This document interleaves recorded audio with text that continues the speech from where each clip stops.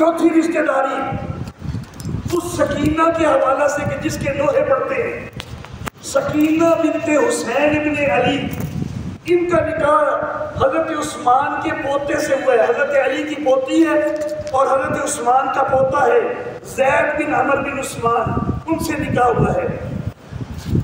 اور اسی سکینہ کی بہن فاطمہ بنت حسین بن علی، ان کا نکاح حضرت عثمان کے دوسرے پوتے سے ہوا ہے عبداللہ بن عمر بن عثمان سے۔ ایک اور رشتہ داری حضرت علی رضی اللہ تعالی عنہ، ان کی پڑپوتی ہیں ام القاسم بنت حسن بن علی، حضرت حسن کی پوتی ہیں، حضرت علی کی پڑپوتی ہیں۔ ان کا نکاح حضرت عثمان کے پوتے مروان بن ابان بن عثمان سے ہوا ہے۔ اور یہ رشتہ داریاں جو ہیں یہ کربلا کے بعد بھی ہو رہی ہیں۔ اچھا جی، اس کے بعد اب آتے ہیں ہم آخر میں حضرت علی اور حضرت امیر معاویہ رضی اللہ تعالیٰ عنہ کی رشتہ داریوں کی طرف۔ اور جو میں نے حضرت عثمان غنی سے رشتہ داریاں ذکر کی ہیں نا، وہ ساری حضرت امیر معاویہ کے ساتھ بھی بنتی ہیں، کیونکہ حضرت عثمان جو ہیں وہ بھی بنو امیہ میں سے ہیں اور حضرت امیر معاویہ بھی بنو امیہ میں سے ہیں۔ تو حضرت عثمان سے جتنی میں نے ذکر کی وہ ساری حضرت امیر معاویہ سے بھی بنتی ہیں، لیکن وہ رشتہ داریاں وہ تھی کہ جن میں زیادہ قریبی حضرت عثمان کا تعلق تھا۔ اب میں وہ بتاتا ہوں جن میں زیادہ قریبی حضرت امیر معاویہ کا تعلق ہے۔ امیر معاویہ رضی اللہ تعالیٰ عنہ خال المومنین ہیں، نبی اکرم صلی اللہ علیہ وآلہ وسلم کے سالے، تو حضرت علی کے چچا زاد بھائی کے سالے حضرت امیر معاویہ، نبی اکرم حضرت علی کے چچا زاد بھائی اور حضرت امیر معاویہ ان کے سالے۔ دوسرا رشتہ حضرت امیر معاویہ کی ایک اہلیہ ہے قریبۃ الصغریٰ، اور یہ بہن ہے نبی اکرم صلی اللہ علیہ وسلم کی اہلیہ حضرت ام سلمہ رضی اللہ تعالی عنہا کی۔ تو گویا کہ حضرت امیر معاویہ اور نبی اکرم صلی اللہ علیہ وسلم آپس میں ہم زلف بھی ہوئے۔ تیسرا رشتہ حضرت علی رضی اللہ تعالیٰ عنہ، ان کے چچا حارث بن عبد المطلب، ان کا پوتا ہے حارث بن نوفل بن حارث بن عبد المطلب، گویا کہ حضرت علی کے چچا زاد بھائی کا بیٹا ہے، اور وہ حضرت امیر معاویہ کا بہنوئی ہے۔ ہند بنت ابو سفیان جو حضرت امیر معاویہ کی بہن ہے، اس کا وہ خاوند ہے۔ اگلا رشتہ، چوتھا رشتہ حضرت امیر معاویہ کا بیٹا یزید، اس کی بیوی ہے ام محمد، اور یہ ام محمد حضرت علی کے بھائی حضرت جعفر طیار کی پوتی ہے۔ حضرت جعفر طیار کا بیٹا عبداللہ، اور عبداللہ کی بیٹی ہے ام محمد، اور ام محمد کا نکاح یزید سے ہوا ہے۔ گویا کہ حضرت حسین یزید کے چچا سسر ہیں، حضرت علی یزید کے دادا سسر ہیں۔ اگلا رشتہ جو کہ اس لحاظ سے بڑا اہم ہے کہ واقعہ کربلا سے بھی بعد میں وہ رشتہ ہوا ہے، حضرت علی کے بیٹے عباس، جن کو عباس علمدار کہا جاتا ہے، ان کی پوتی نفیسہ بنت عبید اللہ بن عباس علمدار بن علی المرتضیٰ، ان کا نکاح یزید کے پوتے سے ہوا ہے عبداللہ بن خالد بن یزید بن معاویہ۔ یہ خالد بن یزید جو ہے، جو لوگ سائنس کے ساتھ تھوڑی دلچسپی رکھتے ہیں تو ایک سائنسدان کا نام، پہلا مسلمان سائنسدان، تو وہ یہی خالد بن یزید ہے۔ یزید کا بیٹا پہلا مسلمان سائنسدان کہلاتا ہے، کیمیا گر تھا۔ تو یہ رشتہ داری ہوئی بھی واقعہ کربلا کے بعد ہے۔ اچھا جی، آج کی سوال و جواب کی نشست کا آخری سوال، اعتکاف کی اہمیت، اعتکاف کے اندر اعمال، اعتکاف کے مسائل اور خواتین کا مسجد میں اعتکاف۔ ایک سوال کے اندر کئی سوال ہیں، بہرحال مختصر جواب جو ہے انہیں دے کے اجازت چاہوں گا۔ اعتکاف کی اہمیت جیسا کہ میں ایک درس میں پہلے ذکر کر چکا ہوں کہ نبی اکرم صلی اللہ علیہ وسلم نے اپنی زندگی میں پہلا اعتکاف 30 دن کا بھی کیا ہے۔ پھر نبی اکرم صلی اللہ علیہ وسلم نے زندگی بھر کوئی اعتکاف چھوڑا نہیں ہے، ہر سال اعتکاف کیا ہے۔ صرف ایک سال سفر کی وجہ سے چھوڑنا پڑا بھی تو اگلے سال نبی صلی اللہ علیہ وسلم نے 20 دن کا اعتکاف کیا۔ اس سے بڑی اہمیت سامنے آتی ہے کہ نبی اکرم صلی اللہ علیہ وسلم کبھی بھی اس کو چھوڑ نہیں رہے ہیں، اسی لیے اس کو سنت مؤکدہ علی الکفایہ کہا جاتا ہے۔ سنت مؤکدہ علی الکفایہ کا مطلب یہ ہے کہ کسی بھی ایسی مسجد میں کہ جہاں پر 5 وقت کی جماعت ہوتی ہے، اگر اس مسجد کے اندر کوئی ایک بندہ بھی اعتکاف نہ بیٹھے تو گویا کہ پورا محلہ سنت کا تارک بنے گا اور پورا محلہ گناہگار ہوگا۔ تو یہ بھی اعتکاف کی اہمیت ہے کہ اگر اعتکاف کو ایک محلہ چھوڑ رہا ہے تو وہ سارے گناہگار ہوتے ہیں۔ ایک بندہ بھی البتہ مسجد میں اعتکاف بیٹھ گیا جس میں جماعت ہوتی ہے تو پھر یہ سنت جو ہے وہ پوری ہو جائے گی۔ ایک اہمیت اس کی یہ بھی ہے کہ یہ لیلۃ القدر کو حاصل کرنے کے لیے انتہائی اہم ہے۔ یہ اہمیت بھی ہے کہ کئی ناکردہ نیکیوں کا ثواب بھی مل جاتا ہے۔ مثال کے طور پر آپ کا کوئی دوست بیمار ہو گیا ہے، اگر آپ اعتکاف میں نہ ہوتے، آپ نے اس کی تیمارداری کے لیے جانا تھا، اعتکاف کی وجہ سے آپ نہیں جا سکے، تیمارداری کا ثواب بھی آپ کو خود بخود مل گیا۔ خدا نخواستہ کوئی عزیز فوت ہو گیا، آپ نے اس کی نماز جنازہ کے لیے جانا تھا، اعتکاف کی وجہ سے نہیں جا سکے، اعتکاف کی وجہ سے نہ کرنے کے باوجود ثواب مل گیا، جنازے کا ثواب بھی مل گیا آپ کو۔ ایک بہت بڑی اہمیت یہ کہ یہ تعلق باللہ کا ذریعہ ہے، اللہ کے ساتھ لو لگانے کا ذریعہ ہے، اور 10 دن اللہ سے لو لگائی جائے تو آئندہ بھی توفیق ملنی شروع ہو جاتی ہے۔ تو یہ بڑی اہمیت ہے اعتکاف کی۔ اعمال جو ہیں تلاوت قرآن حکیم کی طرف خاص طور پر توجہ دینی چاہیے، نوافل زیادہ سے زیادہ ادا کرنے چاہیے، اور اگر کسی دوست کی قضا نمازیں زیادہ ہیں تو پھر نوافل کی بجائے قضا نمازیں جو ہیں ان کی طرف توجہ دینی چاہیے۔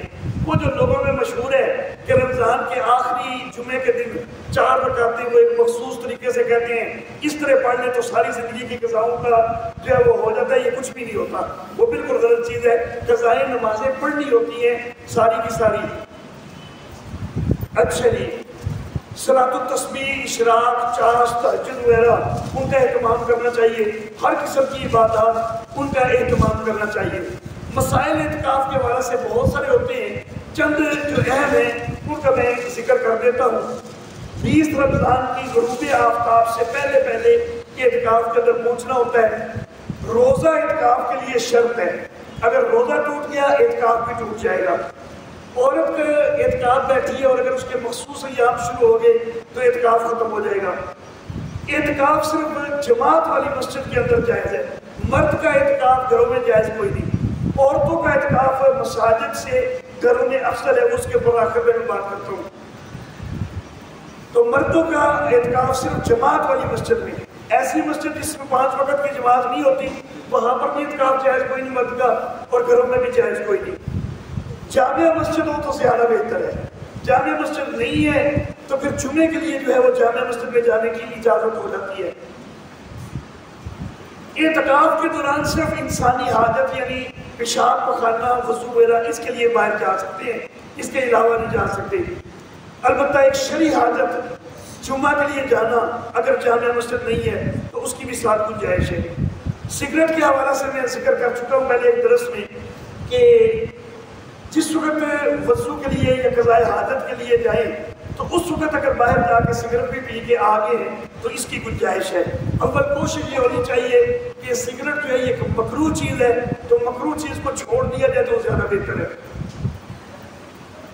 اگر کسی ساتھی کے پاس گھر سے کھانا لانے والا بالکل کوئی نہیں ہے اور مجبوری ہے تو پھر کھانا لینے کے لیے جو ہے وہ جایا جا سکتا ہے، لیکن بولے بغیر، بات چیت کیے بغیر جا کے دروازہ کھٹکھٹا کے تو جو ہے وہ کوشش کریں گے بولے بغیر۔ اب اگر تعارف کروانا پڑ جائے وہاں پر دور حاضر میں تو موبائل فون موجود ہوتے ہیں تو مسجد سے نکلنے سے پہلے گھر میں کال کر لیں تو وہ کوئی طریقہ ٹھیک ہے. لیکن اگر ایسی کوئی صورت ممکن نہیں تو وہاں پر تعارف کے لیے جو ہے تو بہتر یہ ہے کہ وہاں پر بھی صرف کھنگورا وغیرہ جو ہے اس سے کام چلایا جائے, بولا نہ جائے. اعتکاف سے اگر بھول کے بھی مسجد کی حدود سے نکلیں گے اعتکاف ٹوٹ جائے گا, جیسا کہ میں نے پہلے بھی ایک ذکر کیا ہے. غسل جنابت اگر لازم ہو چکا ہے تو فوری طور پر تیمم کریں. اگر فوری مسجد سے نکل نہیں سکتے ہیں تیمم کریں, اور پھر جتنا جلد از جلد ہو سکے وہ مسجد سے نکلیں اور جا کے غسل کریں. لیکن ویسے غسل کے لیے نکلنا جبکہ کوئی احتلام وغیرہ نہیں ہے, غسل واجب نہیں ہے, ویسے نکلنا اس سے اعتکاف ٹوٹ جاتا ہے. ہاں جس وقت وضو کے لیے جائیں تو نہا کے آ جائیں تو وہ گنجائش ہے. اعتکاف کے دوران جب دوسرے معتکفین بھی موجود ہیں, سنن نبی داؤد کے اندر روایت ہے نبی اکرم صلی اللہ علیہ وسلم نے بلند آواز سے قرات سے منع فرمایا کہ دوسروں کے اعتکاف میں خلل پڑتا ہے. بعض لوگ بالکل کلام نہ کرنا جو ہے وہ اعتکاف کا حصہ سمجھتے ہیں, حالانکہ یہ مکروہ ہے کہ بالکل کسی سے بات ہی نہیں کرنی, یہ مکروہ ہے. ہاں البتہ گناہ کی بات واقعی نہیں کرنی, کوئی غیبت چغلی وغیرہ وہ بالکل نہیں کرنی. خواتین کے اعتکاف کے اندر باہر رشتہ دار آ سکتے ہیں, خامد بھی آ سکتا ہے لیکن مکمل احتیاط کے ساتھ. اعتکاف کی چادریں لازم نہیں ہوتی ہیں, بغیر چادروں کے بھی اعتکاف جائز ہوتا ہے. خواتین پورے کمرے کو اعتکاف کی نیت دے دیں تب بھی جائز ہوتا ہے. خواتین کے گھر کے کوئی متبادل انتظام نہ ہو, کوشش تو پہلے یہی ہونی چاہیے کہ متبادل انتظام ہو کام کاج کے لیے. لیکن اگر کوئی متبادل انتظام نہیں پھر کوشش یہ ہونی چاہیے کہ جو ضروری کام کاج ہے اس کے لیے اعتکاف اپنا بے شک پورے کمرے کو بنا لے, چولہا وغیرہ بھی اس کے اندر ہی رکھ لے اور وہ اس کے اندر کام کاج کر لے. لیکن اگر ایسی کوئی صورت ممکن نہیں ہے, ضرور اس کو باہر نکلنا ہی پڑتا ہے, تو پھر بغیر بولے باہر نکل کے کوئی کام کاج کر سکتی ہے. لیکن یہ اس وقت ہے کہ جب بہت مجبوری ہو, کوئی اور کام کرنے والا نہ ہو. اگر اعتکاف ٹوٹ گیا ہے تو 3 اقوال ہیں. ایک یہ ہے کہ جی قضا ہے ہی کوئی نہیں, دوسری ہے کہ پورے 10 دن کی قضا ہے, لیکن غالب رائے جو ہے وہ یہ ہے کہ نہیں 1 دن کی قضا کرنی ہوتی ہے. اور 1 دن کی قضا کے لیے غروب آفتاب سے پہلے کسی مسجد میں پہنچنا ہے اور اگلے دن غروب آفتاب کے بعد باہر آنا ہے اور روزہ بھی رکھنا ہے. بے شک رمضان نہیں بھی ہے تب بھی روزہ رکھنا ہے. یہ لازم کوئی نہیں کہ جس جگہ پر پہلے اعتکاف کیا تھا تو قضا بھی ضرور اسی جگہ پر کی جائے, جگہ تبدیل کی جا سکتی ہے. اس کے بعد اب آخری بات آ گئی خواتین کا اعتکاف مسجد کے اندر. حضرت سیدہ عائشہ صدیقہ رضی اللہ تعالی عنہا نے نبی اکرم صلی اللہ علیہ وسلم سے مسجد کے اندر اعتکاف کی اجازت چاہی. نبی اکرم صلی اللہ علیہ وسلم نے اجازت دے دی. حضرت حفصہ نے حضرت عائشہ سے کہا کہ آپ کو تو اجازت مل گئی ہے تو مجھے ہمت نہیں ہو رہی کہ میں اجازت لوں, خود میری طرف سے بھی آپ بات کر لیں, مجھے بھی اجازت دے دیں. حضرت حفصہ کے لیے بھی حضرت عائشہ نے بات کی, نبی اکرم صلی اللہ علیہ وسلم نے اجازت دے دی. اب 2 خواتین کو نبی صلی اللہ علیہ وسلم نے اجازت دے دی. حضرت زینب بنت جحش رضی اللہ تعالی عنہا نبی اکرم صلی اللہ علیہ وسلم کی اہلیہ, انہوں نے خیال کیا کہ جب اجازت 2 کو مل گئی ہے تو پھر اب ہم اجازت ہو گئی ہے, تو انہوں نے بھی اپنا خیمہ بھی لگوا لیا. نبی اکرم صلی اللہ علیہ وسلم نماز سے فارغ ہوئے تو دیکھا کہ 3 خیمے لگے ہوئے ہیں. نبی صلی اللہ علیہ وسلم نے پوچھا یہ 3 خیمے کس کے ہیں؟ بتایا گیا کہ ایک عائشہ کا ہے, دوسرا حفصہ کا ہے, تیسرا زینب کا ہے. تو نبی اکرم صلی اللہ علیہ وسلم انتہائی غصے میں آ گئے. نبی صلی اللہ علیہ وسلم نے کہا کہ تم نے اسی کو نیکی سمجھ لی ہے کہ میں مسجد میں آ کے بیٹھا ہوں, تم بھی ساری مسجد میں آئی جا رہے ہو. نبی صلی اللہ علیہ وسلم نے حکم دیا 3 خیمے اکھاڑ دو. اور نبی اکرم صلی اللہ علیہ وسلم اتنے زیادہ غصے میں آئے کہ نبی اکرم صلی اللہ علیہ وسلم نے کہا کہ میں خود بھی جا رہا ہوں, میں بھی اعتکاف ہوں, میری ریس کر کے آ رہی ہوں نا تو میں بھی اپنا اعتکاف چھوڑ رہا ہوں. نبی اکرم صلی اللہ علیہ وسلم نے اپنا اعتکاف بھی ختم کر دیا اور پھر شوال کے مہینے میں رمضان کے بعد نبی صلی اللہ علیہ وسلم نے اس اعتکاف کی قضا جو ہے وہ کی تھی.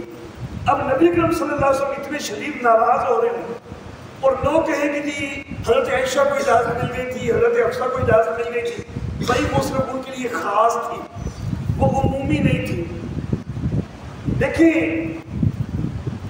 حضرت زینب بھی اگرچہ الخواص میں لیکن نبی اکرم صلی اللہ علیہ وسلم نے یہ محسوس کر لیا کہ اب اس حکم کو عام سمجھا جانے لگ گیا. تو آج تو حضرت زینب آئی ہے، کل کو عام عورتیں بھی آئیں گی. تو یہ حضرت زینب بھی اگرچہ خواص میں تھی، لیکن چونکہ حکم کو عام سمجھا جانے لگ گیا تھا نا، اس لیے نبی صلی اللہ علیہ وسلم نے منع کر دیا کہ بھائی حفصہ اور عائشہ ان کی ایک خاص حیثیت تھی، ان سے کسی قسم کی جو ہے خرابی کا کوئی امکان نہیں تھا، میں اجازت دے دی تھی. لیکن اگر عام عورتیں بھی آنے لگ گئی تو خرابیاں پیدا ہوں گی، تو اجازت کوئی نہیں. تو جس وقت اجازت کو عام سمجھا جانے لگ گیا، نبی صلی اللہ علیہ وسلم نے منع فرما دیا. حضرت ام سلمہ رضی اللہ تعالی عنہا سے روایت ہے، کیونکہ کچھ لوگ آیت پیش کرتے ہیں کہ وَلَا تُبَاشِرُوهُنَّ وَأَنْتُمْ عَاكِفُونَ فِي الْمَسَاجِدِ، کہ عورتوں سے مباشرت نہ کرو جبکہ تم مسجدوں کے اندر اعتکاف کیے ہوئے ہو.